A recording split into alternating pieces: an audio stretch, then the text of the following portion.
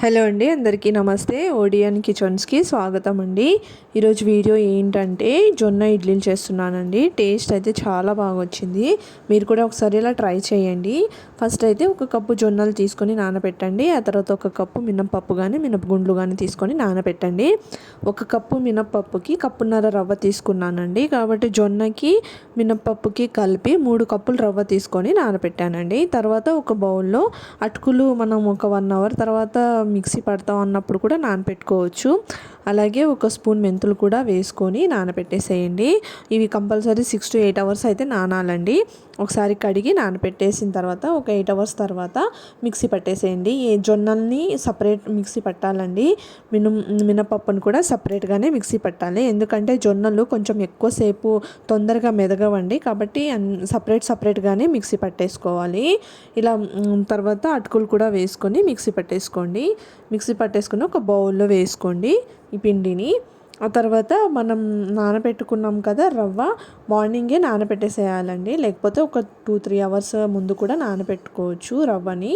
అది ఒకసారి కడిగేసి ఇలా వాటర్ ఏమీ రాకుండా మొత్తం ఆ రవ్వని మొత్తం వాటర్ ఏమి రాకుండా తీసుకొని ఈ పిండిలో వేసుకొని మంచిగా కలపాలండి. ఒక 2-3 సార్లు మంచిగా కలిపేసి పక్కన పెట్టేసేయండి. మూత పెట్టేసుకొని చూడండి, రవ్వలో అయితే వాటర్ ఏం రాకుండా ఇట్లా గట్టిగా వాటర్ తీసేసి ఆ పిండిలో వేసుకొని కలుపుకోవాలండి.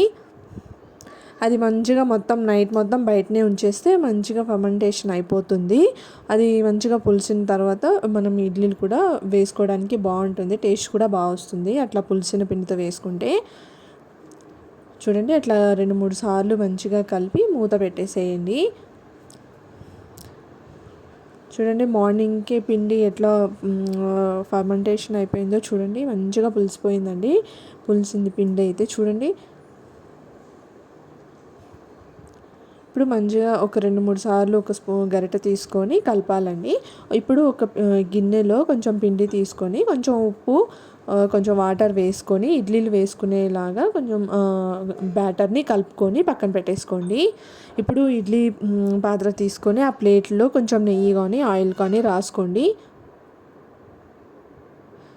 నెయ్యి కానీ ఆయిల్ కానీ రాసుకున్న తర్వాత ఒక గంటెతో తీసుకొని చిన్న మొత్తం పొంగిపోయేలా కాకుండా కొంచెం కొంచెం పిండి వేసుకొని అది ఇడ్లీ పాత్రలో పెట్టుకొని స్టవ్ మీద పెట్టేసేయండి. ఒక 10-15 మినిట్స్ తర్వాత మన చేతిని కొంచెం వాటర్ తడుపుకొని టచ్ చేస్తే ఆ పిండి మొత్తం ఏం అంటుకోకుండా ఉంటే ఇడ్లీలు మంచిగా ఉడికినట్టండి.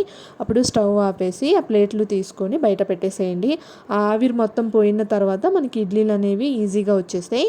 ఒక 2 నిమిషాలు అట్లా పెట్టేసేయండి మూత తీసేసి. అప్పుడు ఇడ్లీలన్నీ ఈజీగా వచ్చేస్తాయి. పల్లీ చట్నీతో సర్వ్ చేసుకోండి. టేస్ట్ చాలా బాగుంటుంది వేడి వేడిగా. వీడియో నచ్చితే లైక్ చేయండి, షేర్ చేయండి. ప్లీజ్ నా ఛానల్ని సపోర్ట్ చేయడం మర్చిపోకండి. సబ్స్క్రైబ్ చేసుకోవడం అస్సలు మర్చిపోకండి. Thanks for watching.